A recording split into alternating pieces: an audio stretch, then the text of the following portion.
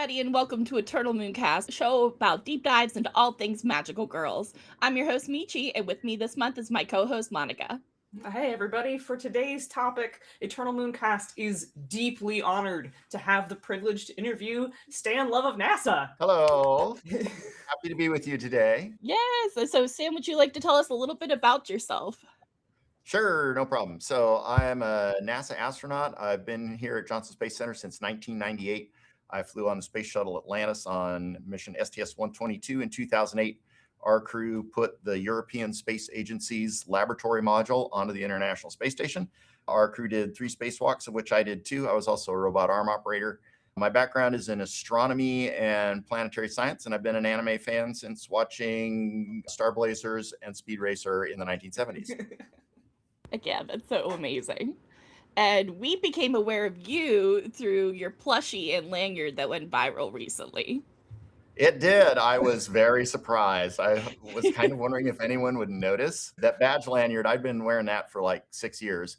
It was the only anime space themed safe for work badge lanyard that I could find to buy. So I bought it and I've been wearing it for 6 years and not giving it a second thought. Then it intruded upon my awareness more recently that, hey, Sailor Moon has this cat named Artemis and our program is named Artemis.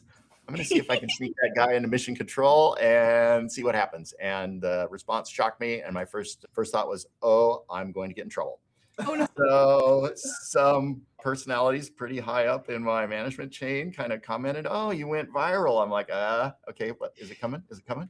But it never did. So they were happy about it. And I think we reached about 5 million more people than we otherwise would have reached with Artemis 2. That's cool. It's awesome that raised such awareness of the project. Yeah. I definitely think it reached out because, like, everywhere I looked, I was like, "Did you see Artemis? Did you see Artemis? Yeah. Did you see the like especially like everybody was like, what's the update on Artemis today?"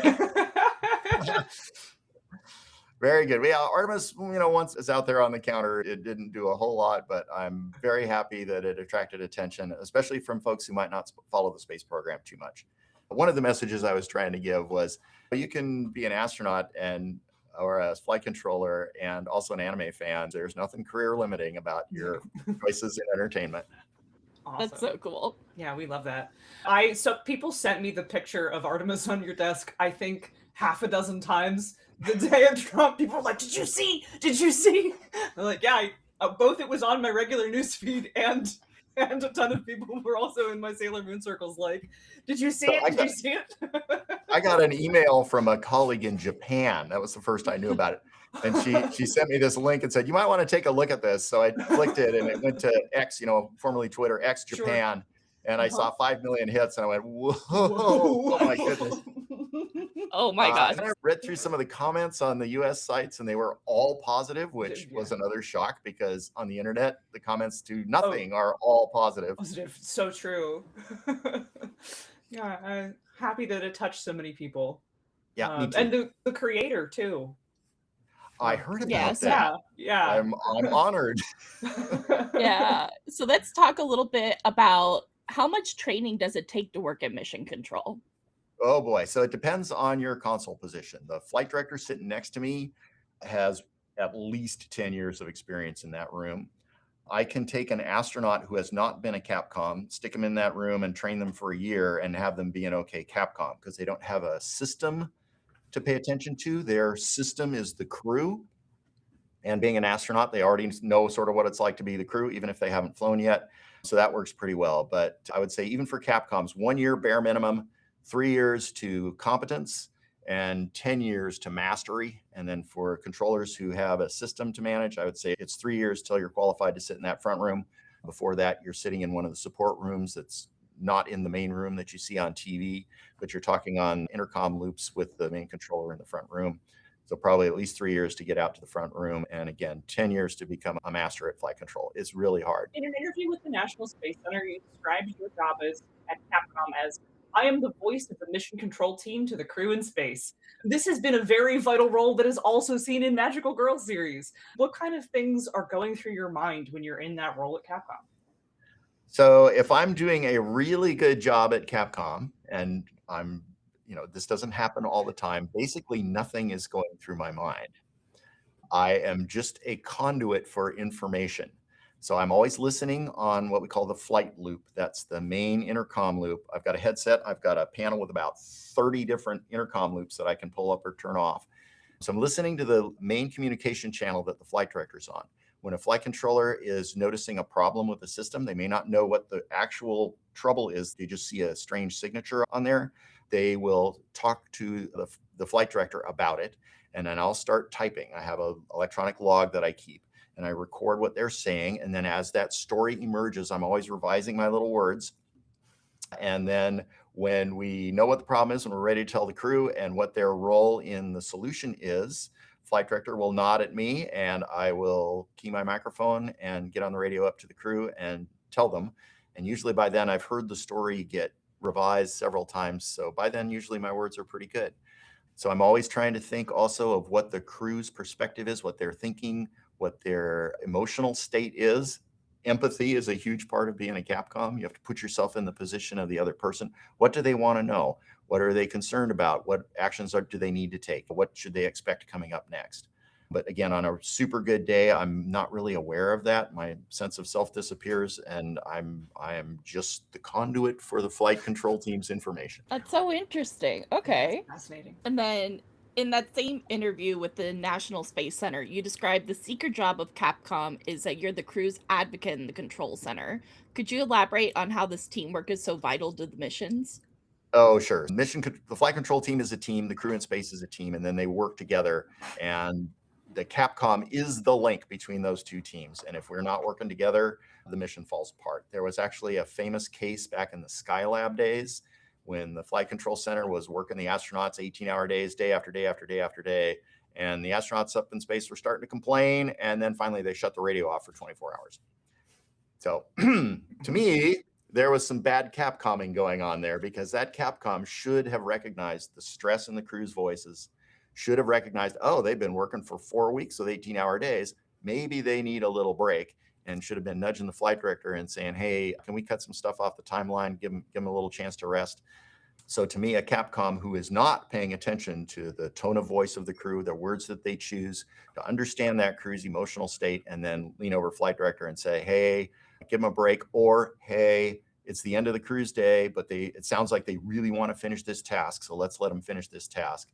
So that is another vital part of the CAPCOM's job. That's so cool. Yeah, that's really cool. The way you were talking about like their day and their work, and I was like, oh, it's just a job a little bit. I mean, like, I understand that, You'd be shocked. You come in here first day, oh boy, I'm going to be a NASA, I'm going to fly in space, and then pretty soon it's a job. It's a job, yeah. And people say, wow, what's it like being an astronaut? I say, at my house, every Tuesday, we have an astronaut take out the trash.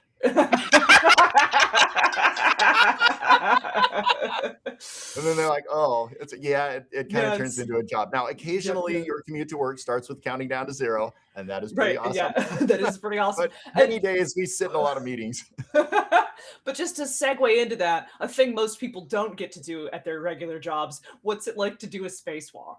Please feel free to get like poetic about it. Poetry is not the top thing in anyone's mind when they're doing a spacewalk. Okay. First it's kind of scary.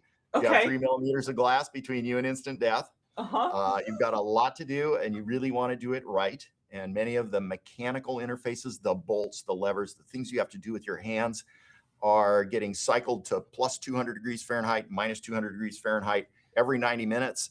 And that tends to make mechanisms stick. So things are physically very difficult. The suit is difficult to maneuver in. It's basically a tiny little spaceship, and it's got a tiny little air tank, and you really don't want to run out of air. And it has a couple of valves that dump the air from the inside of the suit overboard. And there are cases where you want to open those a little bit, but you never want to open all of them at once. So it's frightening. It takes all your attention. It's physically very difficult and challenging. And then most of the time, you are crawling around on the outside of your spacecraft using handrails, and your field of view is full of spacecraft. And it's only occasionally that you get to kind of look off to the side or look down and, see the Earth going by, or look out to space and go, oh my gosh, is this really me here? So those moments are rare and precious. And most of the time, it's just a lot of hard work in a frightening environment. That sounds like one of the most like terrifying but like monumentous experiences that any human being could ever experience. Magical Girl shows are known for their epic music. When you were in your spacewalk, did you have any music running through your head, or would you have wanted any specific kind of theme song? Not really. And if you've seen the movie Gravity, where at the beginning the guy's cruising around playing his tunes in space, we never do that. No, never. Okay. No, you do not play music during a spacewalk because every syllable is important and the communication is kind of scratchy anyway. Among other things, the air pressure in the suit is only about a third of what it is here in the rooms we're sitting in, and that transmits sound less well.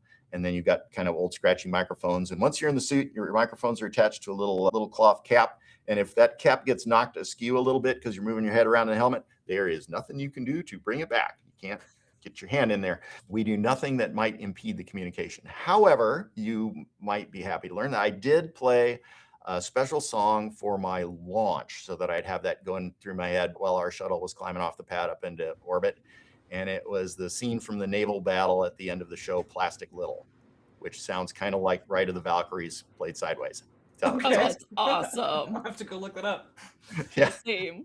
Yeah. The show itself is not entirely safe for work, so don't broadcast that everywhere. Okay. I got it. We're both old enough to watch the things that music aren't in the safe naval for battle work. is awesome. Yeah. I was a little surprised that spacewalk isn't chill, but then I was like, no, of course it isn't. You're in space, like you said, 3 millimeters of glass between you and instant death, a thing I knew, and yet, it's not for sightseeing. Yeah. No. No, not at all. Sort of reminds me of the way I've heard other scientists talk about like the deep ocean. Yep. Very that much, environment can kill you instantly. Instantly, You have to yeah. treat it One with wrong respect. move and you're dead. Yep. Yep. So back to space. Do you have a favorite planet? So I do, and people ask me this a lot, and they're always disappointed with my answer, but it's the Earth. I'm not disappointed by that. In the answer. entire universe, we have the best nectarines. Uh-huh. True. And try going to the beach on another planet. The fact that when you take your helmet off to get some sun, you're unconscious in 7 seconds and dead in 3 minutes. It's kind of a downer. So the Earth is the only place in the universe where a person can survive for more than a couple of minutes without enormous amounts of protection. So I'm pretty partial to it. It's not replaceable. Yeah. We were talking about this question when we were prepping our interview questions, and I was like, no, I like that answer a lot because we live on a miracle paradise planet.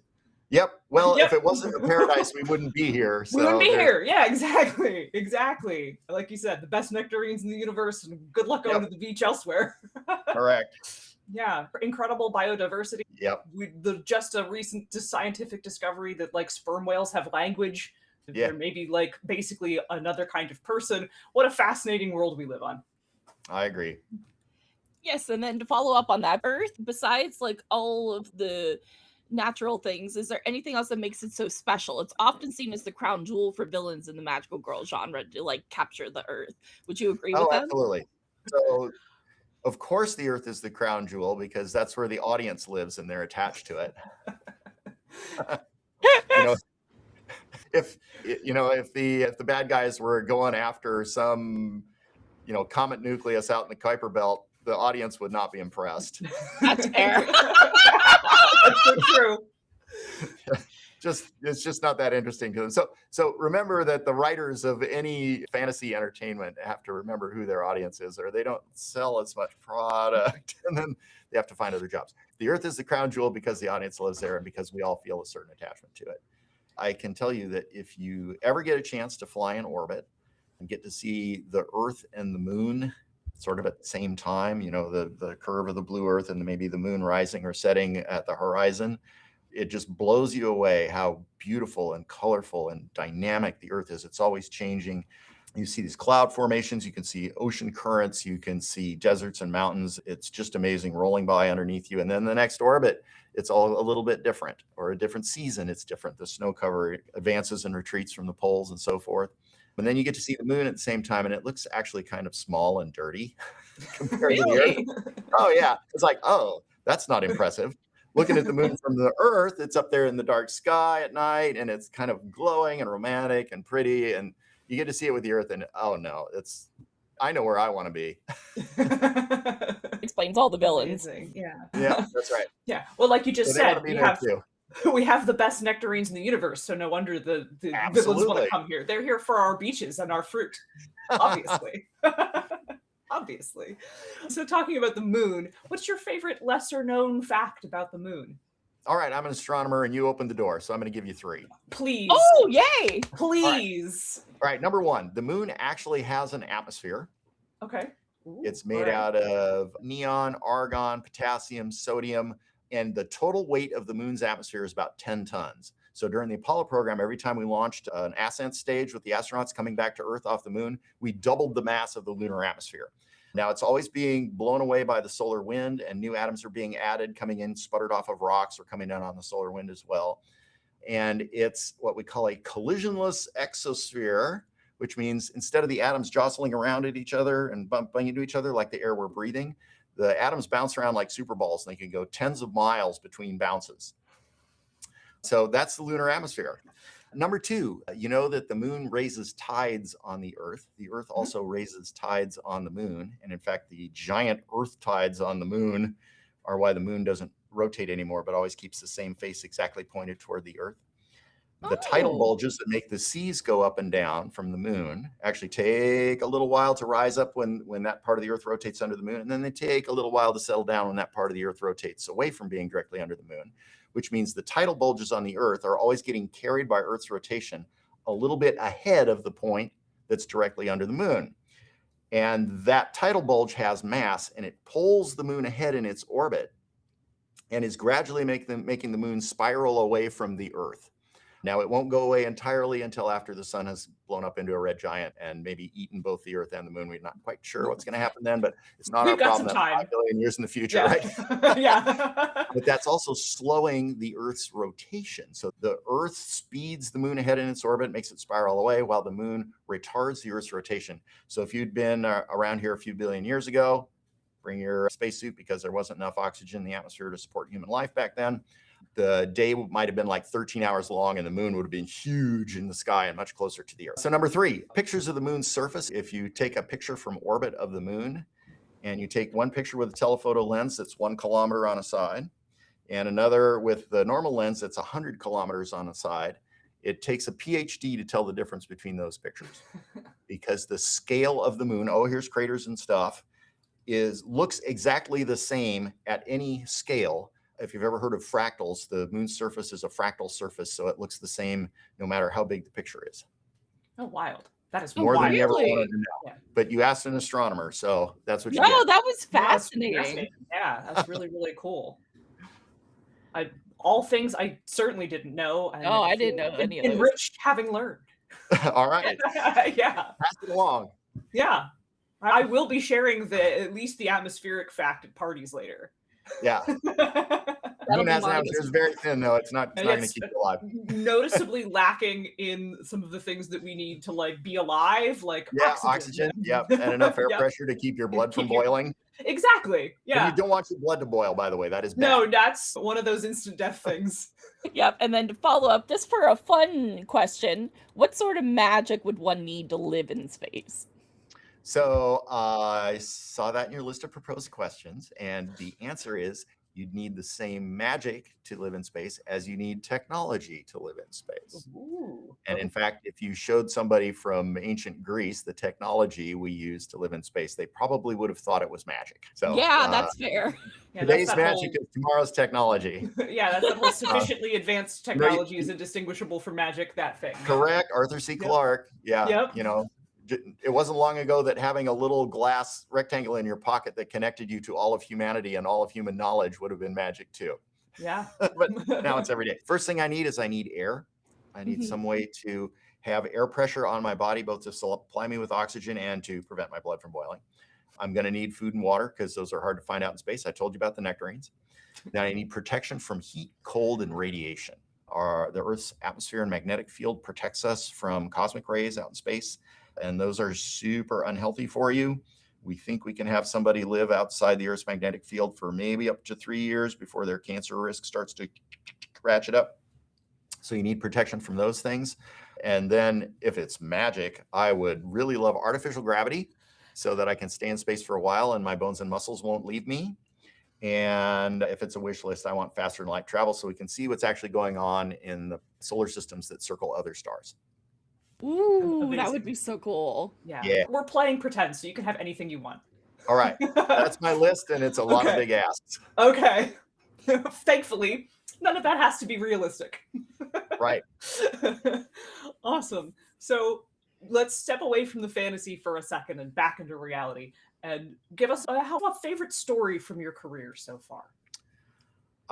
So I've gotten to do some pretty cool things in my career, but many of those were opened up by getting hired as an astronaut. I started applying for an astronaut when I was still a graduate student working on my PhD, and I sent in a bunch of applications. And then I got called down to Houston to interview with a group of 20 other prospective astronauts. And I didn't know how well I'd done on the actual job interview part of that the first time I did it. The second time I came down for an interview because they didn't hire me the first time. And I knew I'd done on the second one, I knew I did bad in the board interview. And I wasn't sure what to do about that. But for the third one, by then I was working a postdoctoral appointment at Caltech, and they have a career center. And I walked over to the career center, and they had a workshop on job interviews. So a job interview might be the most important single hour of your entire career, and you can train for it. That's You true. know what? You don't just have to walk in there and make stuff up. No, There's you only don't. about 40 questions they're ever going to ask you in a job interview, and you can be ready with answers to them. Like, what's your greatest weakness? Oh boy, give me a lot of rope to hang myself. So you can be ready with stories. Oh, I guess professionally, my greatest weakness is I've got kind of a short attention span with projects. I don't want to be the guy who does their doctoral thesis and spends the rest of their career basically continuing their doctoral work. I want to work on interplanetary dust and protecting the Earth from asteroids and volcanoes and impact cratering and a whole bunch of different things. So that weakness now becomes a strength. I have a very broad knowledge base, and I can go from an interested layman to the world's expert on something in a couple of years. So I prepared for that job interview, and on the third one, I knew I'd hit it out of the park. I went back home. I waited and waited because that's how it works. And then I got a letter from NASA saying, hey, in all the medical tests you took in when you're out here, we found something we don't like in your cardiac workup, your heart workup. And we'd like you to go see a cardiologist out there in California where you live. And I'm like, yes, because if they didn't like me, the letter would have said, you're not in. Oh, okay. Yeah. They wanted more information, which means, I have a good chance. So I found a cardiologist, and I went to his office. And he didn't have like any electronic stuff, but he had a stethoscope with really giant sensors in it, which was really weird. So he's doing everything by hearing and not by electronics. But anyway, I handed him this letter and said, hi, I'm interviewing to be an astronaut. They didn't like what they found in the cardiac workup. Can you please look at this and tell them what you think? And he looks at the letter, and he looks at me, and he looks at the letter again, and he goes, at my front door, there are 3 concrete steps leading up. Did you get up those okay? And I said, yes. He said, well, then you don't have what they think you have.